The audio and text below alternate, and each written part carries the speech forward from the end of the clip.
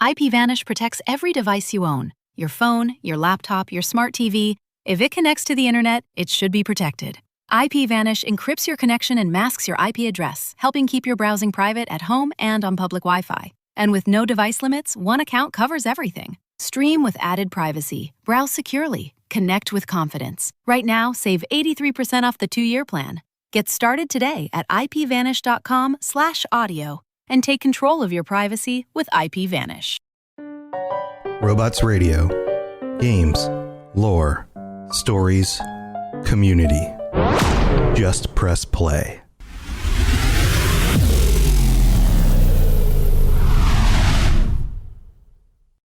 This show is brought to you by our patrons at patreon.com/Elder Scrolls Lorecast. Robots Radio presents The Elder Scrolls Lorecast. Welcome to the Elder Scrolls Lorecast, a place where the Elder Scrolls community can come together to discuss the boundaries of our knowledge about the universe of the Elder Scrolls. Welcome to the Elder Scrolls Lorecast, everybody. This is the 100th episode. 100 episodes of the Elder Scrolls Lorecast, and man, has time flown. I've actually been moving some stuff over for the hosting, and Lotus is here with me. I'm Tom, or Robots as usual. Lotus of Doom is here. Lotus, how's it going? Things are well. Hello. Good. So as I was saying, I was moving things over. I'm kind of shifting hosting on the podcast and stuff, and looking through the old podcasts, and it was like, man, here's the first time Lotus joined me on like episode 8 or something like that. And I was like, it was really early. It was really early, and I was like, oh my god, it's been that long since the first time you joined me on the show. But right. Here we are. We are live right now, twitch.tv/Robots Radio. It is Thursday night at 10 p.m. Eastern, 7 p.m. Pacific, and I have some special guests with us. We have Lotus's other co-host from the other show that he does, Tales of Tamriel, Hyper Pixie. We don't name sometimes. Sometimes you don't name. Hyper Pixie is here with a raid from her stream today. Thank you for that, Hyper Pixie. How are you? No problem. I'm doing great. Happy to be here. You might hear sniffles and coughs, and I'm sorry about your editing. Oh, that's fine. I don't edit stuff anymore. It's just whatever happens at this point. I'm kidding. Sometimes I do edit things, but I hope you're feeling all right. I'm sorry to listeners. Oh, I'm fine. It's just cold.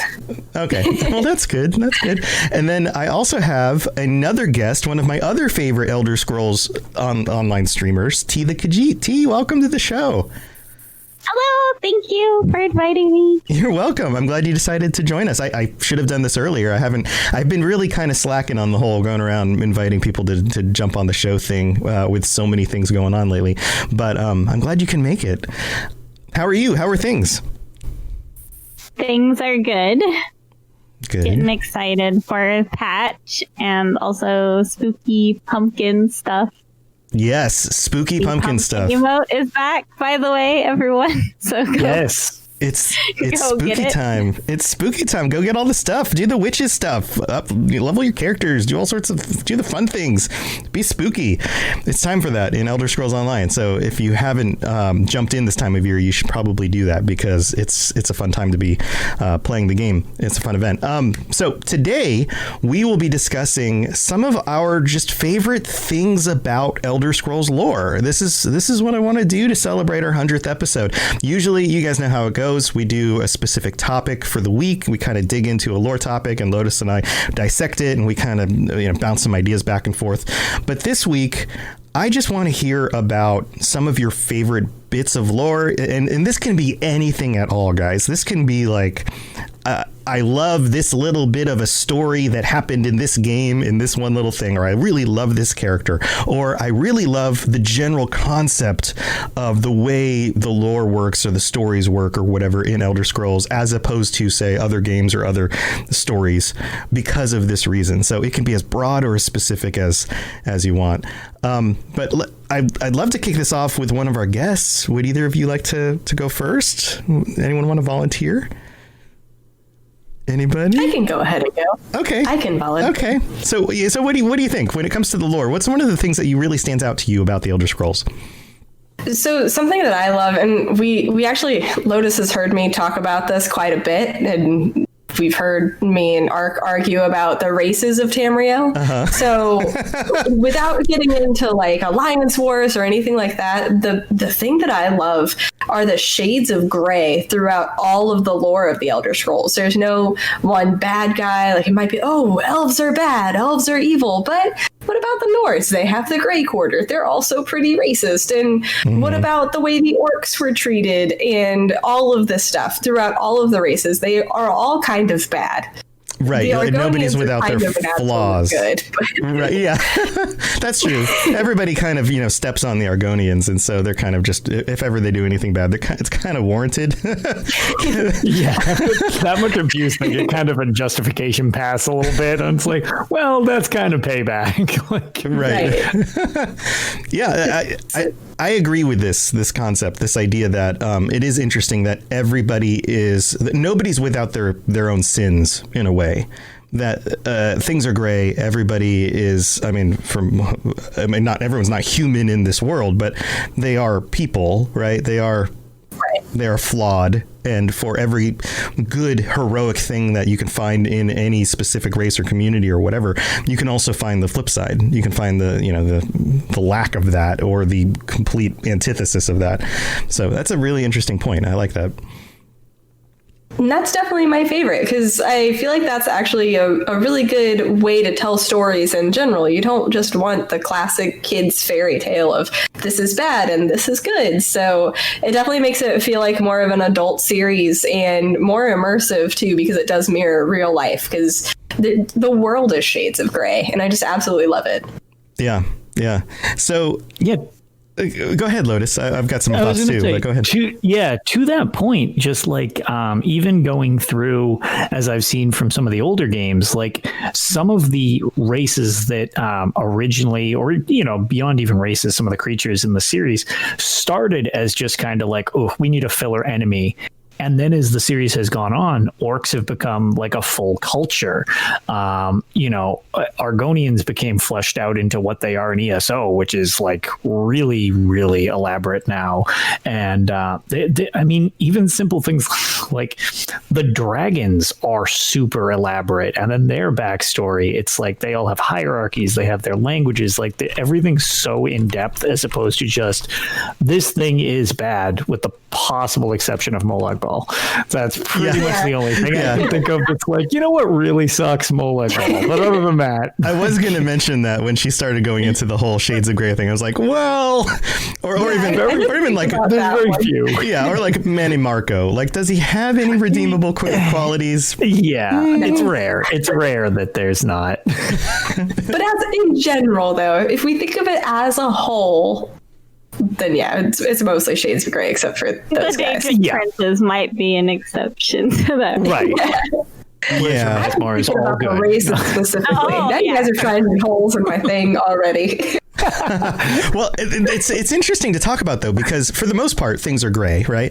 Are there any things, and there are clearly things that are absolutely black. You could even say something like the concept of Sithis, whether that's real or imagined. There's lots of debate about what that actually means. But Sithis kind of represents the void and nothingness and the destruction of that.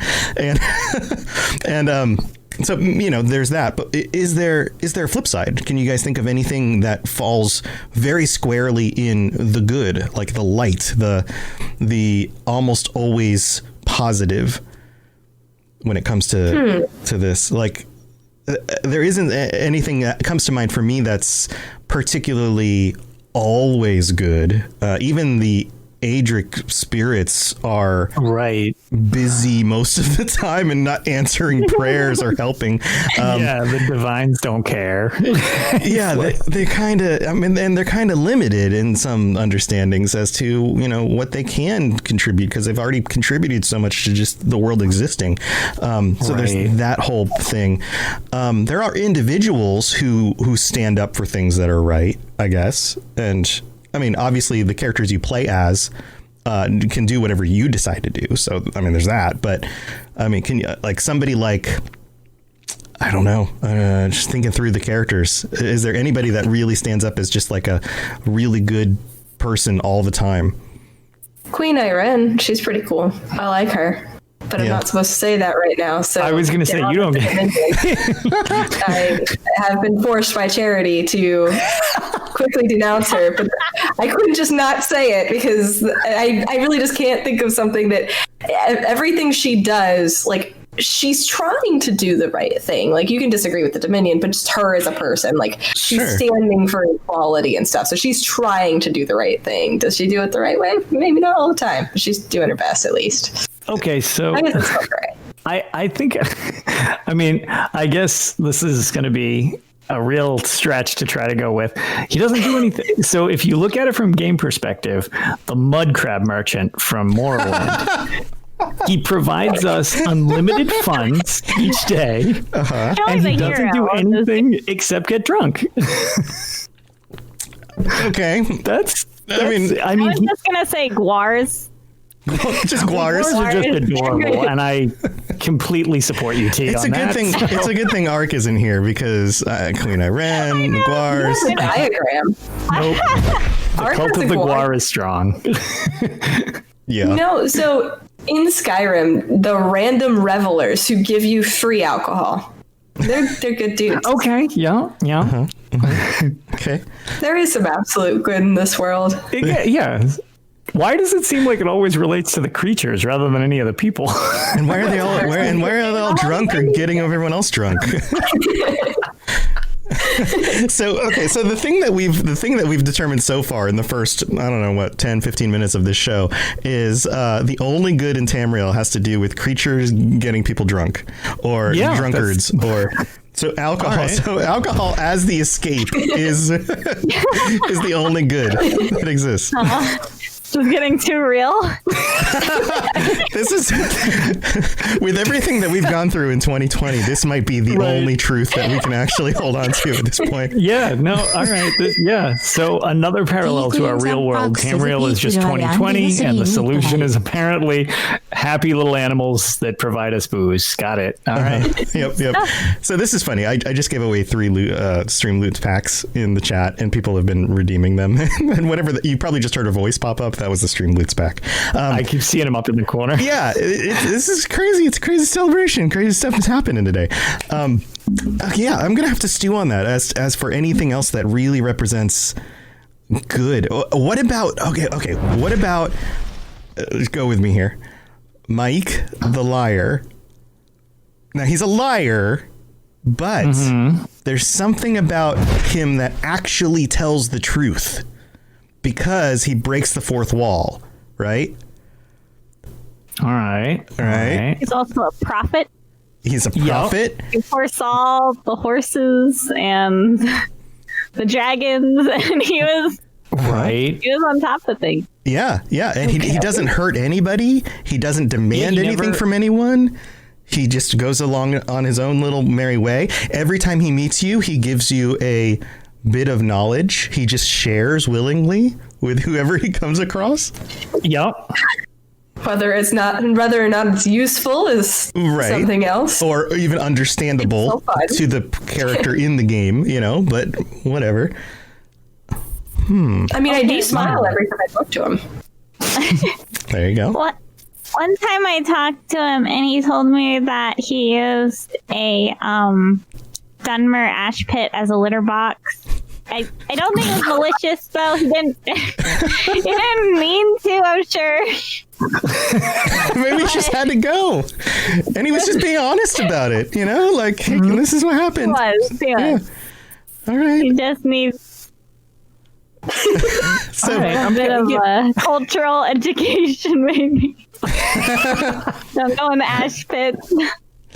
I mean, it could look like clay litter over in Vardenfell. I mean, that place is a mess. So it could. So animals and or people making people drunk or being drunk, and what is most likely an insane Khajiit. Insanity and drunkenness is where we're at here. Right. Who's possibly achieved like Chim at this point because he's like, who knows what's going on? Or is the spirit of Lorcan, according to some people, or whatever, right? Yeah. Like, okay, maybe those are the greatest goods that can ever come into the world. I mean, even Tiber Septim, even Talos was like murdering people. Oh, yeah. Marching across the land, you know, like he was a good hero for some, but not everybody. Parthenax, we've got some other thoughts here in chat. Parthenax. Yeah. Yeah. I'm liking St. Jib for a while. Yeah. St. Jib. Yeah, there's some redemption. There's some redemption there. Uncle Sheogora. Nothing says almighty good like making someone into an entrail instrument. Yeah. No, not Sheogora. Hermaeus Mora?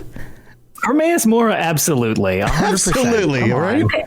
100%. No, because, okay, did you see what he did to that poor skull?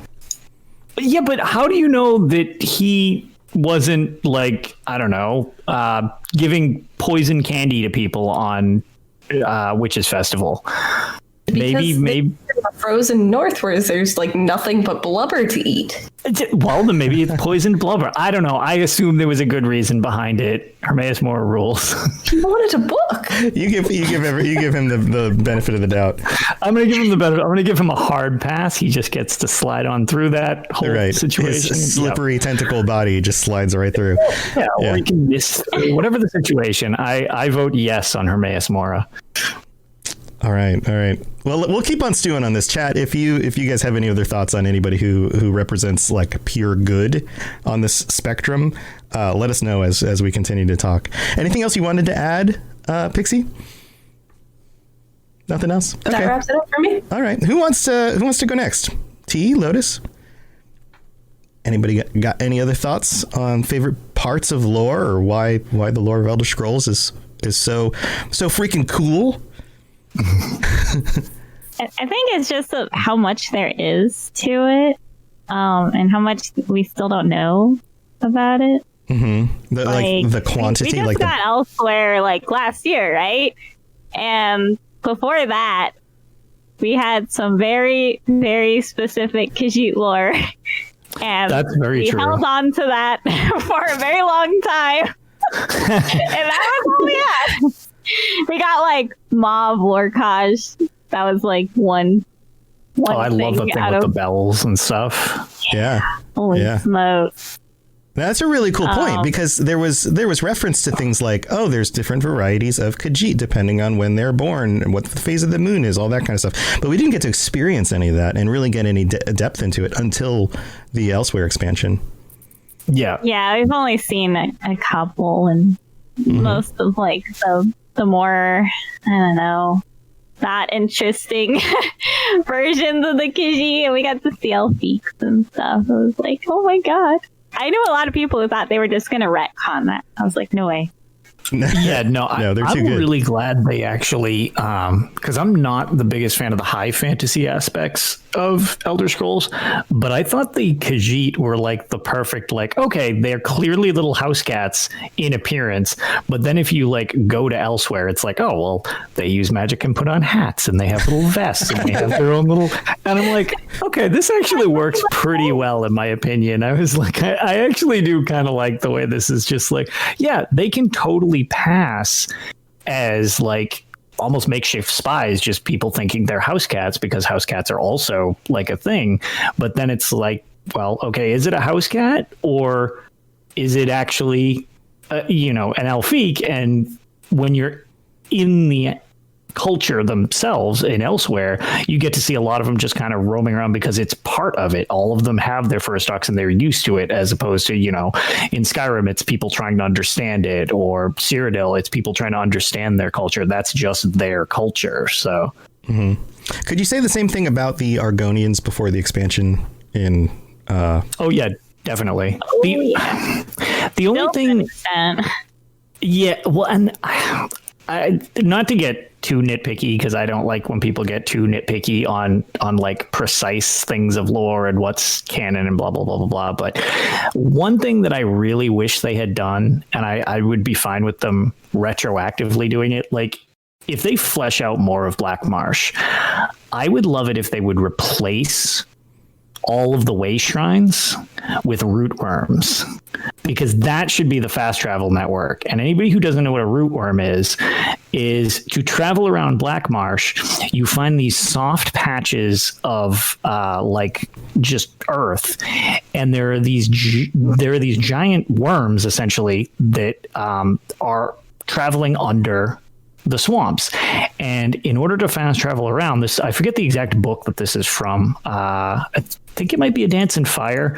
But in order to travel, what they will do is you push into it, and they're like these amoeba type things. You actually go into the root worms, and it propels you to your destination while it's digesting you. And then you like pop out at your destination. This is like, so they eat you and poop you out. Correct. So you get, and this is totally like a thing all the way from Skyrim that you can read in the books.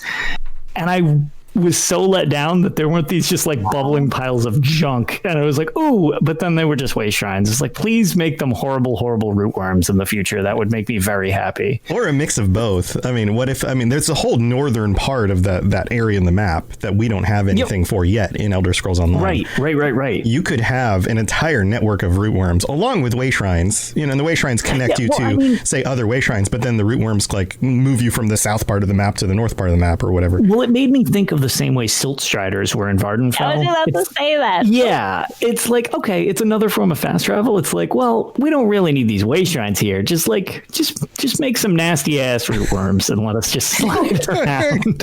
Then they have to add like an animation and like a texture that gets on your character that makes it look all dirty and like digested, like it just got pooped out, and then you have to like brush yourself off. Same mudball animation from New Life, and it's the situation when you get like feared in like PvP or something with the CC effect, and your character screams like, just do that, except slowly lower your character into the ground, and it's perfect. It's do this for me, Zos. It'll make me very happy. Just recycle, yeah, you know, just make you don't need animations. So we've had some comments in chat about things like the breadth of the lore, the unreliable narrator aspect to it. That's great. The fact that we have all sorts of different documents written at different times from different perspectives, and oftentimes they conflict or they have different accounts of the same thing in very different ways. And I've talked about this on the show before. I have a degree in religious studies and a degree in philosophy because I very much wanted to make sure that I was not employable at all once I left college. And this is one of the things that you find with like real world stories and myths and religious books. And I mean, being that we are Americans, we're most familiar with, say, the Christian theology. But I mean, just look at the four Gospels, and there's very few situations that all four Gospels explain exactly the same way, even though and this gets into deeper stuff, even though they were like Matthew and Matthew and Luke were pulling from Mark and actually quoting that in some of their works without actually quoting it at the time, but we're using it as a source document. I mean, there's all of this stuff that goes on in real world literature that happens in whether it was initially intended or not, but is now part of the lore and the mystique of everything that happens in the Elder Scrolls, so that you can get these variations and all sorts of things. So I think that is really cool. You guys have any thoughts on any of that stuff? So whenever I think of unreliable narrator, like it's obviously like if we step back from the lore, it's definitely a good way for them to build on, because Arena came out in 94? So it's great that they have this way to go back over the years and like change things. Like Lotus was saying earlier, like lizard mans became Argonians. Yeah, lizard mans, yes. And now orcs suddenly have all of this culture and stuff that they didn't have before in the first game. And another thing that they can use to do that, which is now integrated within the lore, is dragon breaks. Mm-hmm. Where they can handle all of these different things happening that the player could be doing differently. And I think it's a really clever way. It feels less like a cop-out the way they do it, because they have this unreliable narrator that's explained kind of in universe. They have these dragon breaks that are explained in universe. So everything does feel possible, and it does still feel like it's going along with this lore. And I really appreciate the way they do that. Yeah. Yeah, I think, and well, what's also cool about it is that one of your primary godlike beings is the god of time. So you have this, a dragon break is basically having to do with time and, I don't know, something connected to that deity or that deity not being functioning in reality in the moment or whatever. And of course, there's all sorts of theories and ideas around that too. But this is one of those things that makes this difficult to talk about sometimes, is because you can't just drop one explanation for a thing, like, and believe me, I'm 100 episodes into this show. If I just point out, like, yeah, the reason for dragon breaks is X, then there will be somebody who writes me and says, I thought the reason for dragon breaks is Y. And it's like, well, okay, it's X or it's Y or it's Z. And there's a lot of different reasons for people believing those things. But I didn't have the time to go into it in the moment. So I was just referring to one of them. Like, you just get stuck. And it's like, yes, there's more to it than that. But just go with me here for this one example. It's very tough to condense topics in this world down to a reasonable thing that also doesn't bleed into like 14 other topics at the same time. Well. Oh yeah. And yes, completely. And it's very easy to just, take a perspective on a thing. And then somebody just comes along and goes, well, I don't like that host because he believes this thing and that's false. And it's like, well, is it? Do we really know? Yeah. Did I have time to go over all the other things? No. My unreliable narrator says this. No. Right. So it is kind of a complication, but it is one of the beautiful things about it in that we can come to it from all these different angles. I think it also connects to the idea that it's in this world, and I would agree that this is actually true in our own world as well. It's better to be on the fence about things. It's better to be okay to be a skeptic and okay to be, for lack of better words, an agnostic when it comes to what the truth of the thing is, and just allow yourself to continue collecting information and say, well, here is a version of this that I know, whether that's the truth or not. LilyCat_day has people may not be able to confirm that or not. Maybe there's more evidence for this as opposed to something else, but maybe there isn't. There's always just a maybe, the gray maybe. Yeah. So it's complex, and that makes it kind of fun. I think. Yeah, for sure. Yeah, it keeps it interesting. Absolutely. So it's a really cool idea, T. Do you have anything else about you're talking about just the quantity of it too. Do you have any other thoughts about that? Oh, I guess so. I used to roleplay a lot in ESO, and lore used to be extremely intimidating for people because they don't want to play a character that doesn't know anything that they're not supposed to know or do know, right? So I used to always tell people to pick a race and a region that they liked and just learn everything you can about that. And you can have some sort of consistency. And then after that, you can start looking at all the other races and all the other lands. And then your mind's going to be blown that they all have their own 100 different opinions about the exact same topic. Yeah. Like we were talking about before, there's some lore about how the Bossler and the Khajiit are pretty closely related. Yep. And Khajiit think they're Mer. But of course, all the Mer are like, no. Exactly. Right. Yeah, and of course the high elves are like, nobody else's opinions are legit at all, just mine. Yes, no one else but Mer.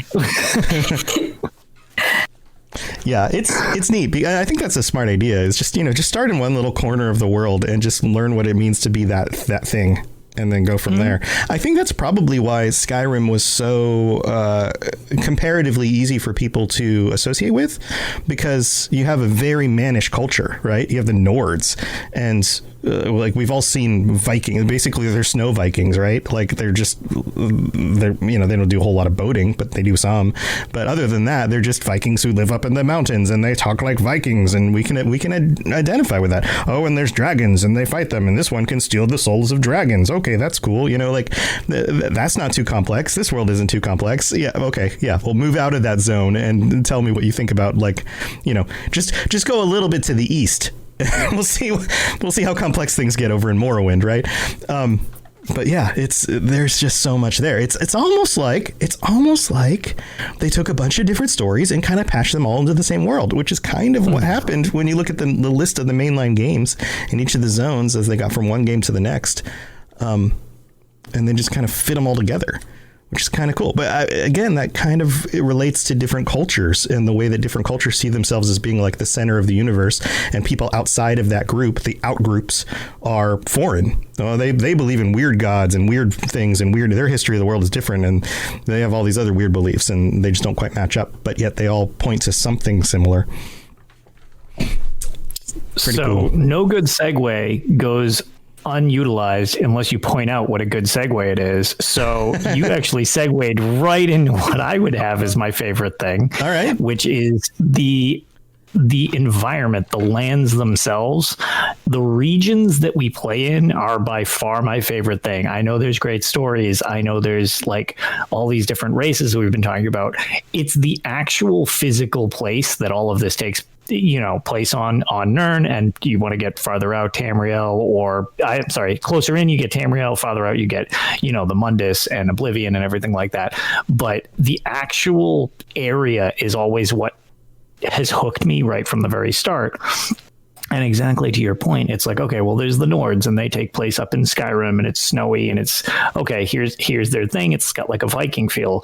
In Elder Scrolls 4 Oblivion, it was like, okay, this is like your typical medieval fantasy setting, more or less, and that's the majority of what Cyrodiil is. But then you go back a game, and it's like, okay, Morrowind, and most people's responses upon landing in Morrowind is, what is this? Like, why are there mushroom towers? There's nice this catch. There's this translucent ant that is destroying me. It's like, what is happening? And it's like, and that just happened to be right at a time in game development where we'd moved over to polygonal structures, but there weren't that many polygons in, say, a body, so that even the regular looking people looked alien.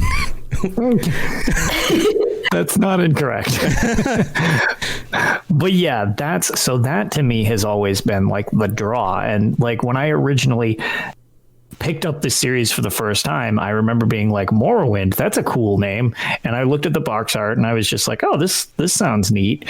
And when I started playing it, I just remember being like, okay, what am I doing? Like, what is this? And I came from, everybody's reaction. I know, but it's like my background, because a lot of people grew up with video games. I kind of did, but it was like, okay, I was coming from Halo, Call of Duty, Doom, Madden, and I'm like, oh, what's this thing? And on my friend's Xbox, I started playing. I was like, okay, what the hell is this? Like, what is this?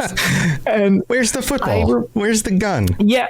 And for so long, until I bought my own copy, I don't think I did anything in that game. I just wandered around being like, I can just kill this person and take their house, and now I can fill it with junk. And it's like, I turned it into a makeshift skooma den. And it's like, it was just like, yeah.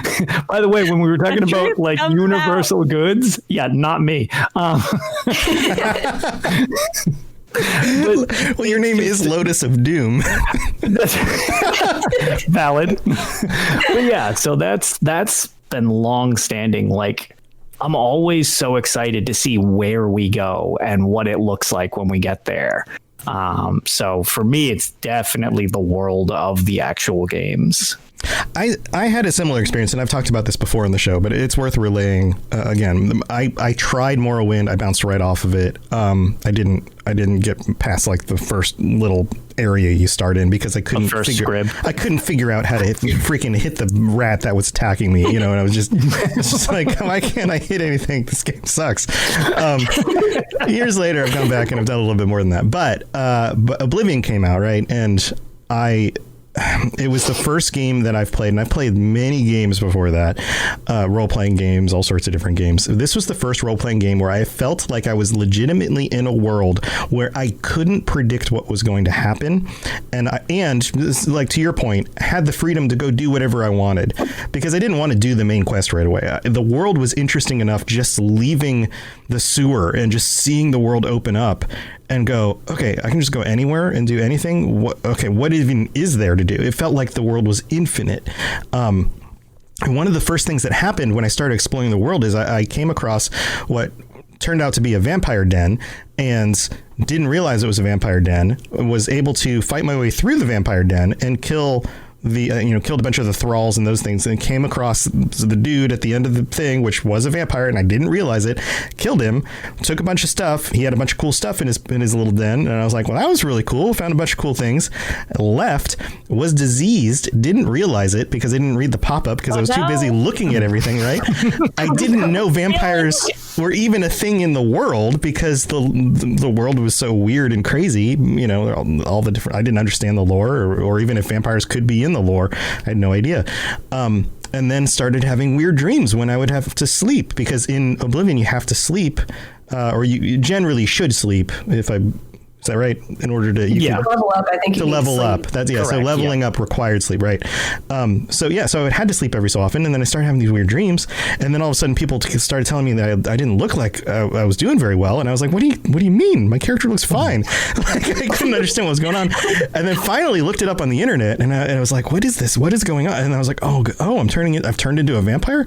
Wait, what? And then I was like, well, I don't want to be a vampire. How do I fix this? And I had to look up, like, okay, there is a quest where you have to go find some old lady all the way across the map in the middle of nowhere in order to go on a quest, in order to get her the ingredients to make the potion. And then that can, and then you have to jump through a few more hoops in order. And I was like, I don't know if I want to do that. And I was legitimately in this like dilemma at the time, because I was like, I'm just trying to figure out, like, is this how I want to play my character? Do I want to be a vampire? What does that really even mean? Like, what implications does that have in this world? I have no idea. It was all so new that I didn't know to video game it yet, because it felt like anything was possible, whereas most games feel like you can kind of see the boundaries, even in the world building, even in like the what's potential in the world. It felt open and possible enough to do anything that it didn't feel contained. And I think that's that. And if we're going, and we can still talk about like places and stuff, because I don't want to skip your topic, but if we go into the lore, I think that's the part of it that really grabs me, is that sense of, and it goes to T's point as well, that there is just kind of this, it's boundless. When the next mainline game comes out, I'm sure we're going to get things that we didn't know to even expect, and that they're going to expand those boundaries even further, and the world is going to feel bigger and different, and not just on a physical scale, like on a storytelling scale, and on the potential of what kinds of things are in the world, and how the world even works, the boundaries of magic, all of that stuff is going to be a little bit different. So that's what really does it for me. So Lotus, so you're talking about like physically the world. So let's go into that a little bit more. Do you mean like the different regions in Tamriel? Do you mean like the different continents? Do you mean like the combination of all of these things and Oblivion on top of that? Yes, it's because the planes themselves are so unique. And then, the diversity in the actual series, like you had mentioned earlier, it's almost like they just took all these different pieces and then combined them to make like a living world, which essentially seems exactly like the case, because it's like they vary so much from one place to another place to another place. And then, as if, I had mentioned like the high fantasy not being super my thing. Mm-hmm. One of the things I do really like is you get to the Somerset Isles, and the high fantasy definitely kicks up.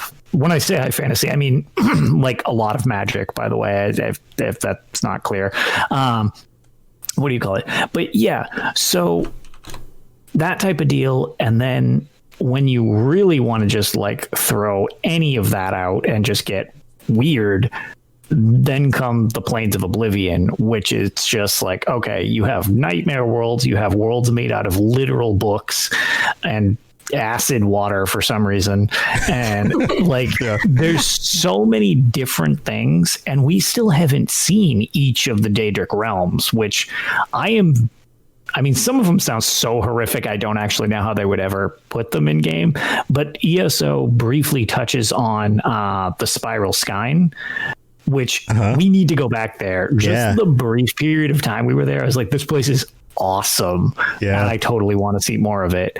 But it's just, there's so much just to the environment. And I play these games very... it's going to sound weird, but very gamey. Like, I just like try to gaming the system. Like, being just messing around as my character is like one of my favorite things. So just being able to explore all this stuff is fascinating to me when I'm roaming around, running amok and stealing every box that isn't nailed down. Right. And to build on what Lotus was saying, so my first memory of an Elder Scrolls game was whenever I was like 8 or 9 years old playing Morrowind, and I see this giant mushroom tower. I'm like, that is so cool. And it just made me want to like get more into the games. It was a friend's game, so I didn't actually get into Elder Scrolls myself until way later with Skyrim. But I've since gone back. I've played a little bit of Oblivion. I've played some more of Morrowind, but I can't hit things in Morrowind. So you can't hit things. You have to swing at things 10 times before you hit it. And then you have to do that like 100 times before you can do it consistently. Yeah. Right. So eventually I'll go back, like whenever that one is remade either by a fan or by Bethesda. So I'll play it sometime.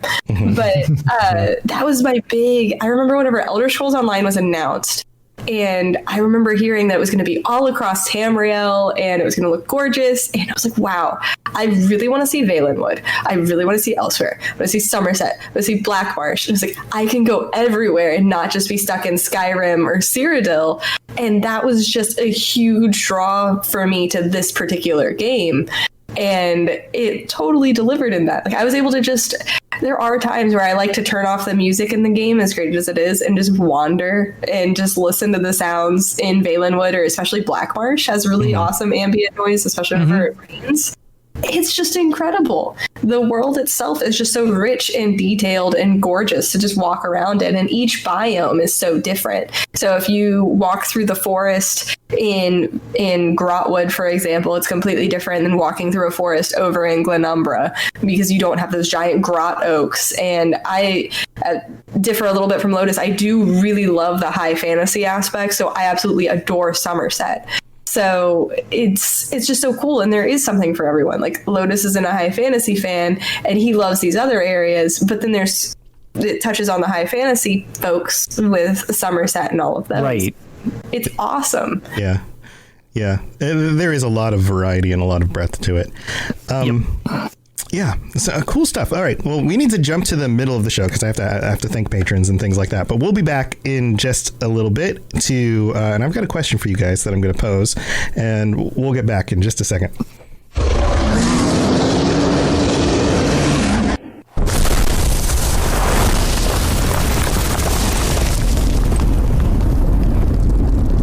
The skies are marked with numberless sparks, each a fire, and every one a sign. Are you into the cyberpunk tabletop games or excited for Cyberpunk 2077? Are you looking to brush up on the lore, stay up on all the latest news, and talk about the game when it comes out? Check out the Cyberpunk Lorecast, a show from Robots Radio with me, your host, Robots. We'll go over all the details you need to know about the world, characters, and story of Cyberpunk. Available on iTunes, Spotify, Google Play, and anywhere else you get your podcasts. So as usual, I have to thank all of our patrons. You guys are what helps make this show a real thing, because I'm still working to do this full time, and this is one of the shows that I do, and your support is extremely, extremely appreciated. So if you're interested in helping to support the show, then check out patreon.com/Elder Scrolls Lorecast. You can, for a very, very small amount of money, get ad-free episodes early and all of that kind of stuff. We will next week be having our monthly patron episode, so tier 4 patrons and higher can join us monthly to talk on the Patreon episode, and that always gets decided in the Discord chat where we all kind of chat about what to talk about every month. So check that out if you're interested in supporting the show. Also, the show is brought to you by the different sponsors on the Robots Radio Network, including audiobooks.com, and we have a very special deal that gets you 3 free audiobooks by simply clicking the link in the show notes, and it's super easy to do. You just sign up, you get 3 free audiobooks. You don't even have to pay any money or anything, and it's really, really easy to do. Check the link for that in the show notes. There's a bunch of other links as well. They get you discounts on other purchases and things like that can help support us and also get you guys a good deal. So go check that stuff out. All right, let's get back to our lore discussion. Yes, you're entirely brilliant. Conquering madness and all that. Blah, blah, blah, blah, blah. So, guys, I think you've brought some really interesting points. I'm so glad that you joined me for this. This is very cool. I mean, it's always fun to just kind of nerd out with your friends about the things that we all love, right? Like this is people are like, oh, podcasters, it's a lot of work to do this every week, and well, yes, but it's a lot of fun too. So thank you for coming and joining me with that stuff. Now, I want to kind of turn this on its head a little bit. I want you to take the things that we know about the world, about the lore, about the way the Elder Scrolls works, and if you were to have your way, is there something that you would change or add or subtract? Is there something about the way the lore works, stories, things that you would want to add to it, expand upon, remove completely, and I mean, that would be a dangerous path to go down, but I'm sure, and controversial, I'm sure, like, oh, why Hermaeus Mora needs to be out. And then of course Lotus would be like, I'm not on the show anymore. Sorry, see you. This will be my last lorecast. This will be my last lorecast. But what would you change or add to? Like, and we can even do this from the perspective of if you were to be in charge of, say, the next, let's say 2 expansions from now for Elder Scrolls Online, or some of the events that are going to happen in the Elder Scrolls 6. Where would you want to go with it? What would you want to change or do or flesh out more? Or retcon?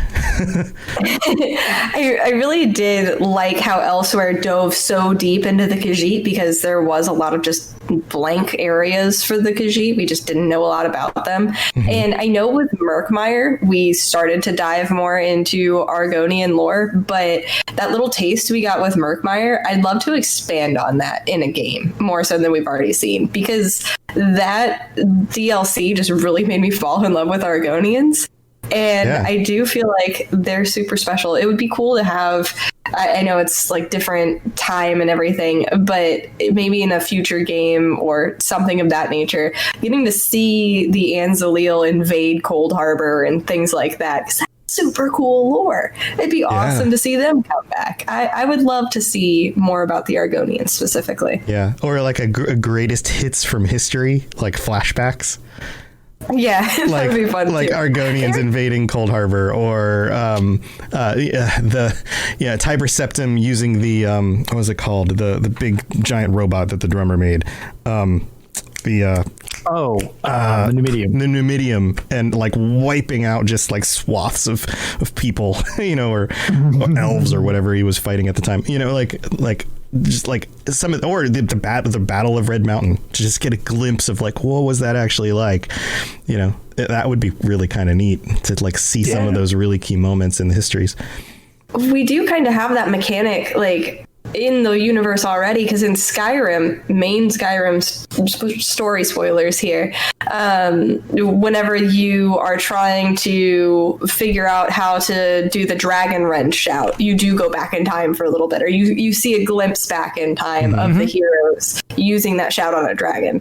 So I mean, it wouldn't be a stretch to add something like that, and I think it'd be pretty cool. It happens in a lot of the Elder Scrolls Online story bits too, where you'll go like into the mind of somebody in the past and see like, 300 years before, this is what was happening, or whatever was happening in the storyline that's relevant. Well, those dream strides that are part of the story have kind of managed to sneak their way into giving you like a glimpse into the past, where it's like, well, you're living through this memory type of deal. Mm-hmm. Right. Mm-hmm.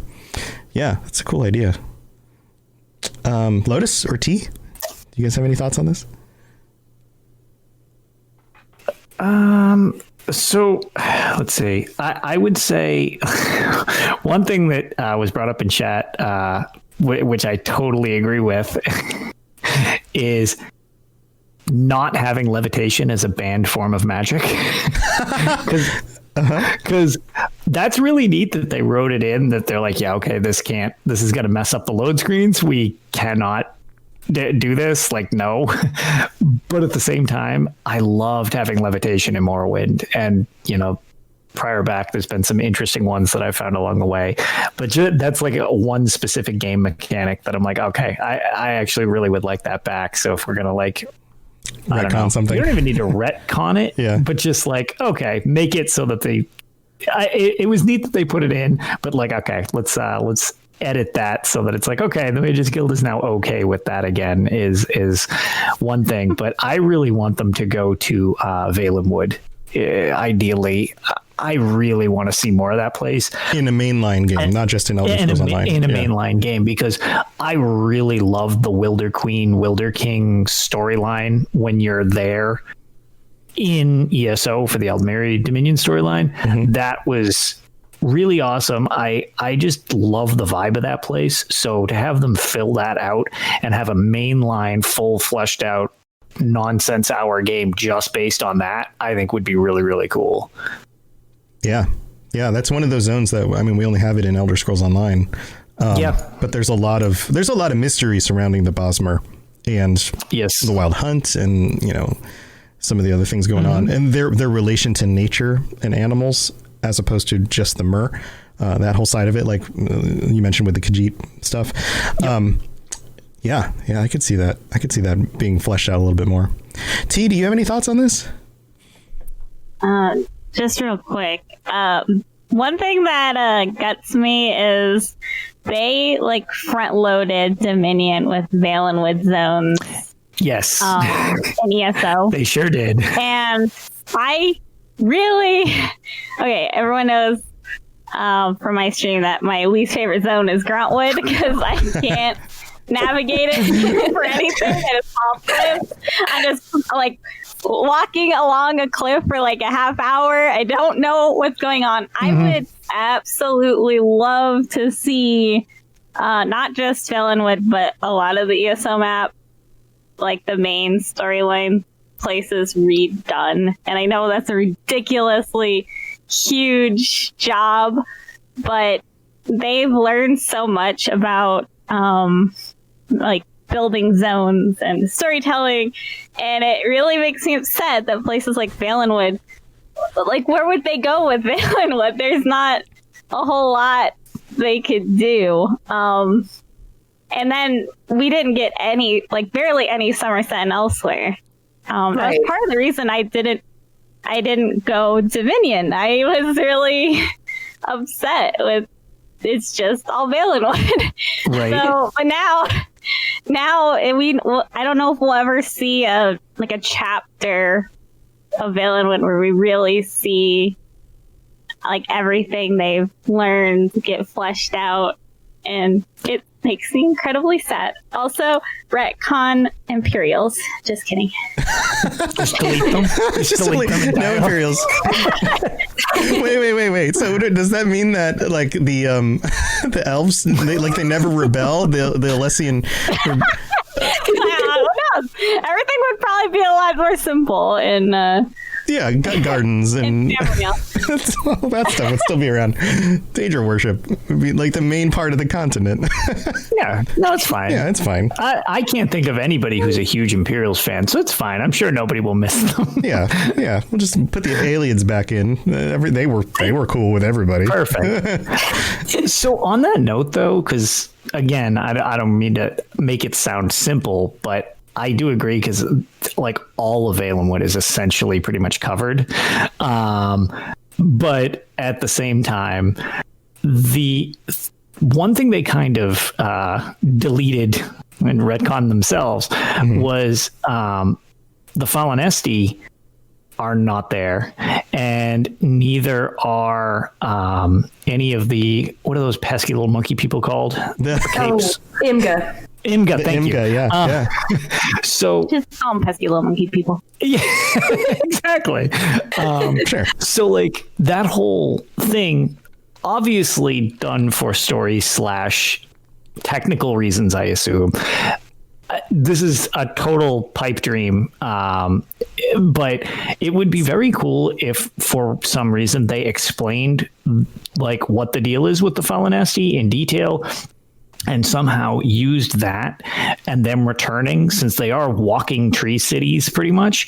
If that gave a reason to remodel the zone, that would be, now granted, that sounds like a horrific undertaking that I can't imagine from a programming side, but nonetheless, it would just be a cool way that they could almost, at least for that zone specifically, do a revamp where it's like, oh, well, there's less mountains because the Falinesti stomped it down, so it's less obnoxious to try to travel around the place. But like, I agree. Yeah, it would be cool. Yeah, it'd be a cool concept. Now, on the technical side of things, I can't even imagine that. Sure. Yeah. I mean, we can imagine. We can go like, this would be really neat. But yeah, like, okay, give them 6 more years in order to really do it and build it out. That's the other thing about Elder Scrolls Online. Like, we keep filling in sections of the map, but each zone is only a few miles like wide. Yeah. Right. So it's not actually the size that it would be if that was a real place. It's just kind of, it's a miniaturized version of it so that we can actually travel across it and do things.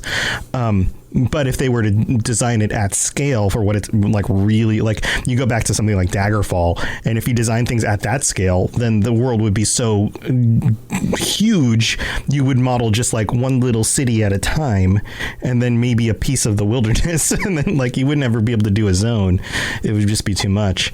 But I would like you guys are saying, I would like if you took any of the zones and you just expanded it by like 2 to 4 times, you know, like added a little bit more into that area and just kind of made it bigger and, you know, in some places more easily to navigate. But that also makes me wonder, like, okay, like let's extrapolate Elder Scrolls Online out 5 more years. Do they fill in all the empty zones, and where do they go from there? You know, like, they have to get creative and go back to Cold Harbor and build out some more. Like, what else do we do? Can't wait for the Elder Scrolls 2. Or Elder Scrolls Online 2. Elder Scrolls Online 2. Yeah, and if that's the case, then where does that go? Do they rebuild everything again? Like, how does that work? I'm sure there are talks about this behind closed doors about like, okay, well, this is kind of the lifespan of the game, and if it gets this far, then this is where we're going to go next, and that kind of stuff. But it's, you know, the mystery to me. Now, what I would love to see on a similar topic would be expansions out into some of the other continents. And that has always been this very foggy area, you know, like Yakuta is kind of in the past. Is it still even there? What about where the elves came from? What about where the Nords came from? What about, you know, the continent to the east, the Saesi? And like, we have the history of them being not that long ago in, you know, the middle of the Second Era, disappeared or removed from Tamriel, and they were Manish. But what about the myths about them being snake-like beings and those kinds of things? Are there remnants of them on the other continent, or maybe they're still lording over the other continent? And what about that stuff? You know, I think there's other places you can go with that, but does that move it too far away from the mainline focus of Tamriel being the thing? I don't know. I think it would be exciting. I also think it would be really exciting to see more into the lives of, say, and I've mentioned this before, like the Dremora, or you know, what if you could make a different race that isn't one of the main 9 or however many that we get, you know, that is from one of these other continents? That would be kind of cool. They've done it before with orcs and they've expanded and it before. Continents. Yeah. So that could be really interesting. You know, what if there's some sort of connection to the Daedra influencing Tamriel and like Mundus, but maybe the next playable character isn't a mainline race? Like, what if it's a Dremora that gains like personhood or something? You know, weird. It would be, that would be super weird, but who knows? Dremora are also immortal, so it makes like the whole, like right now in ESO, the way they can explain you just coming back all the time is because of the soulless thing.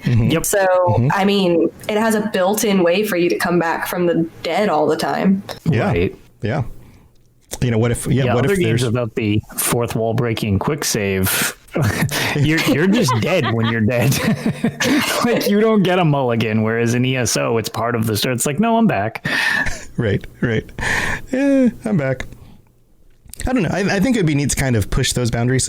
But I don't know that we would expect to see that in something like Elder Scrolls Online. I have a feeling if those boundaries are going to get pushed, it'll be by the main studio, and it'll be something like Elder Scrolls 6 or 7. It's going to have to come directly from and be overseen by Todd Howard and the main team if we're going to get anything that's that lore expanding. That'd be my guess. You know, that's funny because I feel the opposite. Really? I feel like Bethesda has gotten way more cautious about what they put in the Elder Scrolls game. Like we were talking about, you go from like Morrowind to Citadel to Skyrim. Yeah. Like Morrowind was so out there, and they've just been reining it in a lot more. Yep. Trying to appeal to as many people as possible, obviously. Right. It's true. Yeah, it's true. But ESO has done a lot of stuff I don't think Bethesda would bet on anymore in the main series games. Like, honestly, I don't know if we'll ever see Black Marsh. I don't think we'll ever see Elsewhere. Like, I think they'd be too afraid to try and push kitty cats and lizards. I think you're right. Masses. Yeah. I think you're right. We've also gotten Clockwork City in ESO, which is, I never really thought we were going to see that. And so now that they added this like completely out of left field, like they had to come up with different explanations as to why you could find wood, Yeah. cloth, and things like that. So I do think it would be kind of like a later in the lifespan project. I think that's why we didn't see Elsewhere for so long, because they had to do a lot of different models that they probably wouldn't need to. Like Greymore feels like it was probably a more relaxed chapter as far as having to build models. They didn't have to do any new class animation, things like that. Right. Yeah. So, I mean, if you were to do something if you were to do something like the Dremora, you could reuse assets from like Cold Harbor and some of those areas and expand on that. I don't know. I think there's potential outside of Tamriel. I think that would be really, really cool. Now maybe you do it through like a historic lens. Maybe you go back to Atmora or the Yakuta at the time that the Yakutans were leaving the continent, and the destruction of the continent, if it was actually fully destroyed, which probably wasn't. There's probably still islands out there, but maybe some of that stuff. More Clockwork. I think there's some really cool stuff we could still do that could bring it outside of the main zones, and I think that would be really, really neat.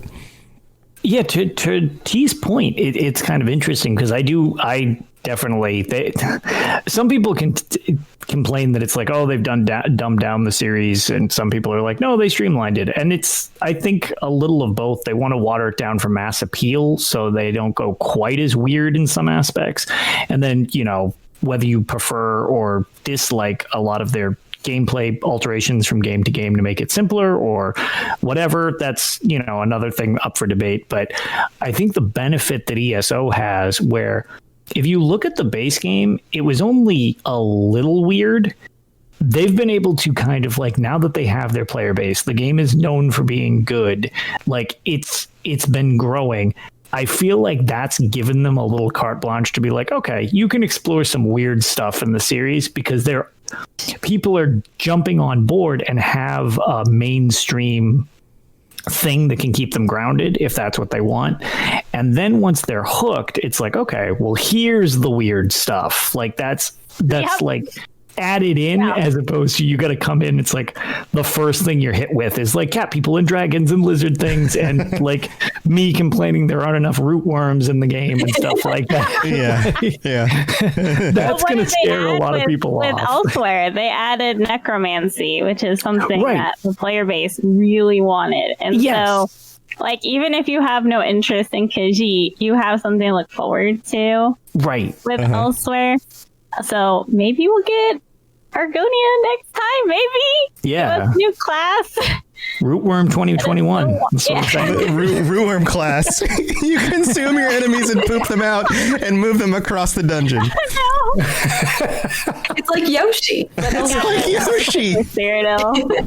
Oh man, perfect. Yoshi class. I mean, they are. Yoshi's like a little dinosaur, right? That's kind of, I don't know, lizard-like. Trying to make a connection. I don't know. Wardens. They have the little Yoshi. Oh yeah, and like jump people. Yo, see. It's all coming together. It all works. It's all Yoshi coming mount together. confirmed. Yeah, it's just a skin they put on a guar. Oh man, that's fun stuff. Well, guys, thanks for joining me. I think we're we've been talking for an hour. I think we're getting to the end of the show. As always, chat and people listening at home, if you have any thoughts on any of these topics, I'd love to hear them. Feel free to jump into the Robots Radio Discord or shoot us a note on Twitter and continue the conversation there. This stuff's always fun to talk to people about. So, please be... don't be afraid to join us is what I'm saying. Let's go back through everybody and just if there's anything going on that you want to talk about or just, how people can get a hold of you or anything like that. T, you got anything cool happening?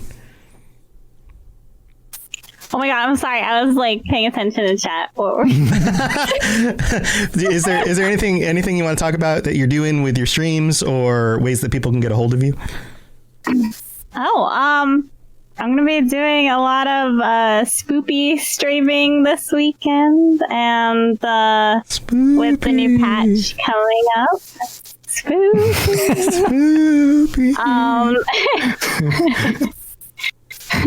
I'm still not over that on Twitter. The ZeniMax employees ask every year.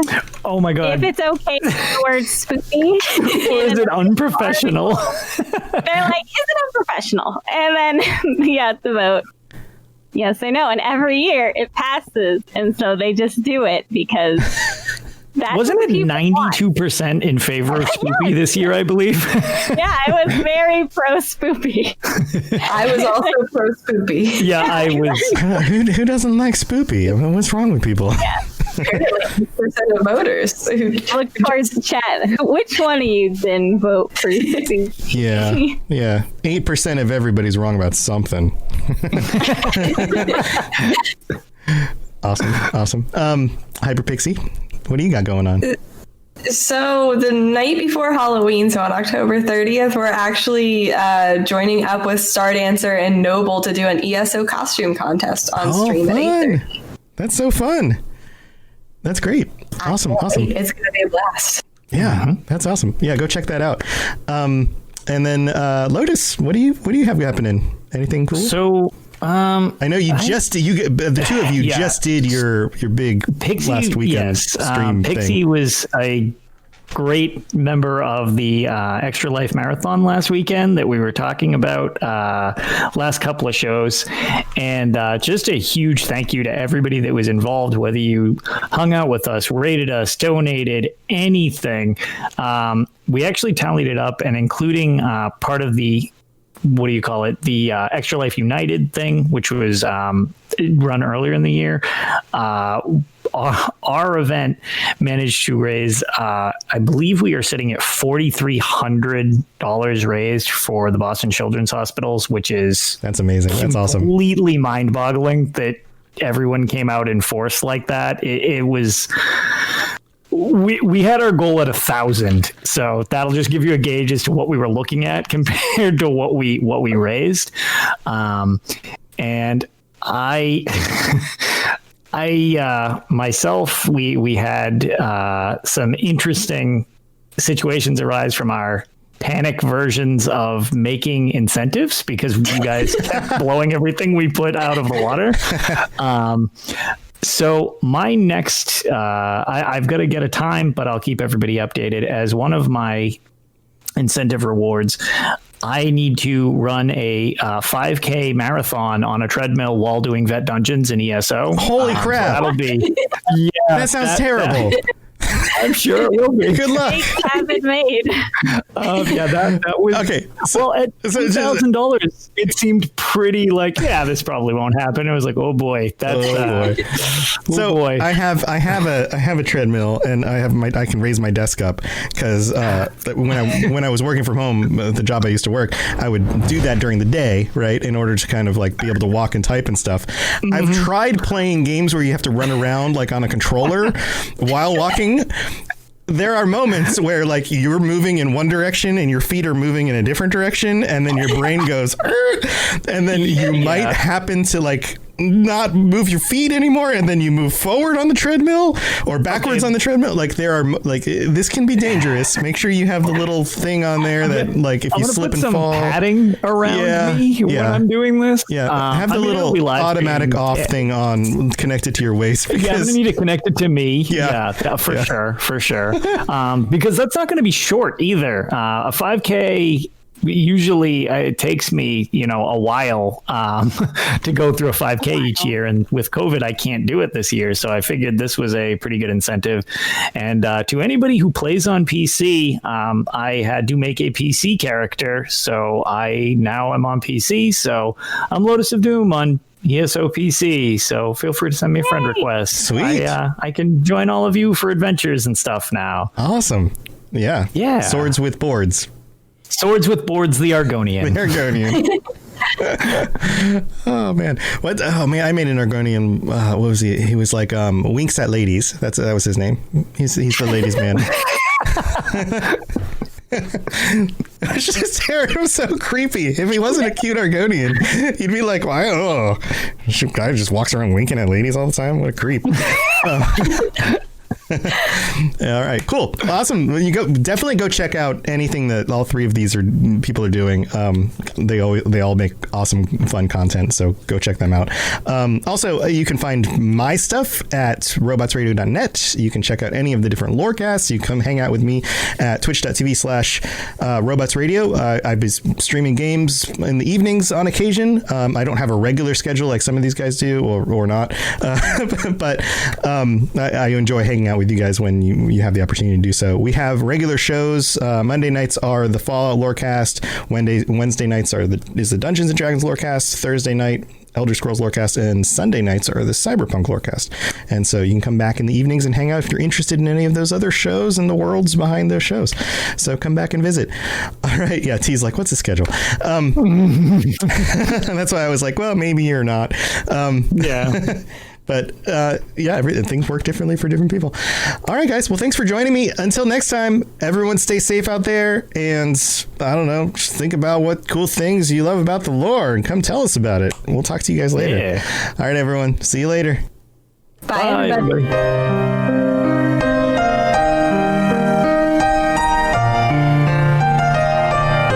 Thanks for listening to the Elder Scrolls Lorecast.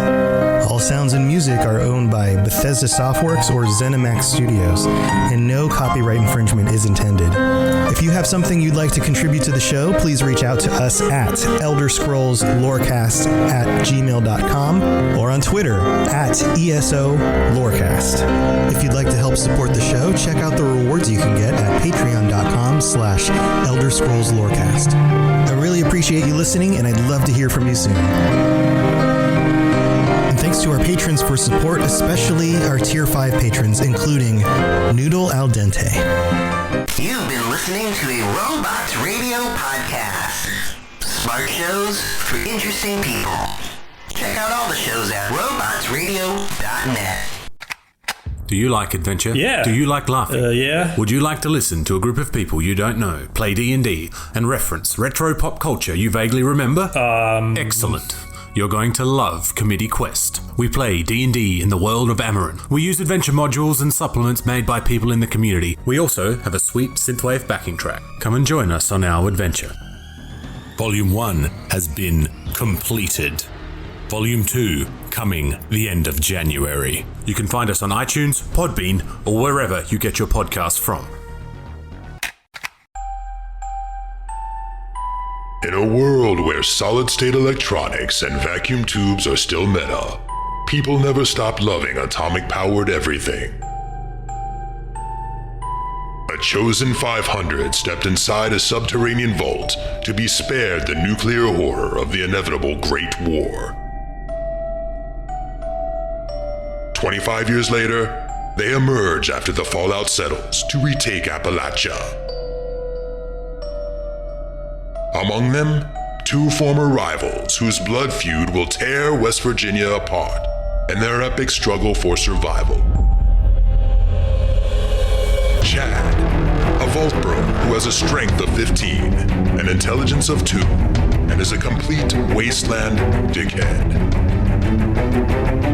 Simon, a complicated anti-hero who chooses light and hope, but accidentally becomes a cannibal and wakes up naked and afraid with a Scorch Beast Queen after a date goes terribly wrong.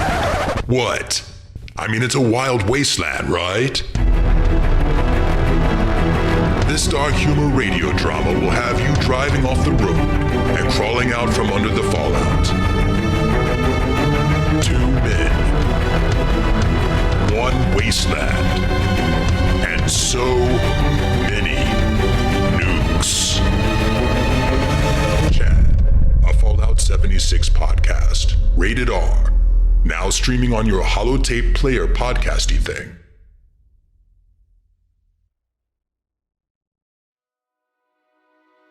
Once upon a time, 27 years after the bombs fell, there were 2 people, a vault dweller and a California girl. They met, and sparks flew. That's when things got interesting. Once Upon a Wasteland is their story. Follow Elizabeth Kirby and Odessa Valdez as they pursue their happily ever after in the post-apocalyptic Appalachian wasteland of Fallout 76. Available on Spotify, Apple Podcasts, Stitcher, and many other podcasting platforms. Once Upon a Wasteland, a Fallout 76 love story, available now.